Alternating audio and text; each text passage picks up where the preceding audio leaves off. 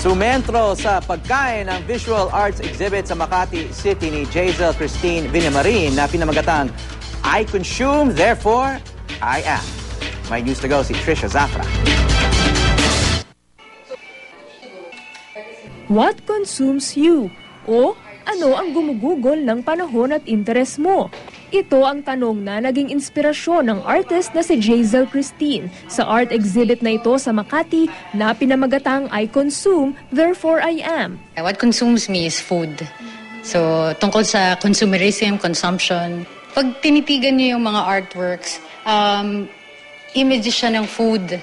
So, lahat yung mga images na food, kinain ko yun. 2 years in the making ang exhibit. Binubuo ito ng mixed visual art installations ng mga collage o pinagdikit-dikit na mga larawan at materyales sa mga wood carvings na ito na hugis sangkalan. Di ito basta-basta binuo ng artist. Sa loob ng panahong ginagawa niya ang koleksyong ito ng kanyang mga obra, 10 araw siyang nag-fast o hindi kumain na lalong nagpalawig sa kanyang imahinasyon.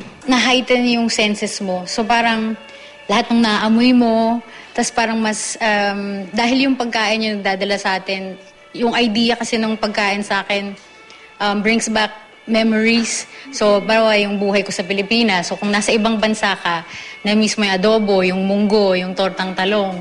Para kay Christine, ang tanong na what consumes you ay maaaring maging gabay kung saan natin gustong dalhin ang ating mga kakayahan at talento. Tatagal ang exhibit hanggang December 3. Trisha Zafra, GMA News.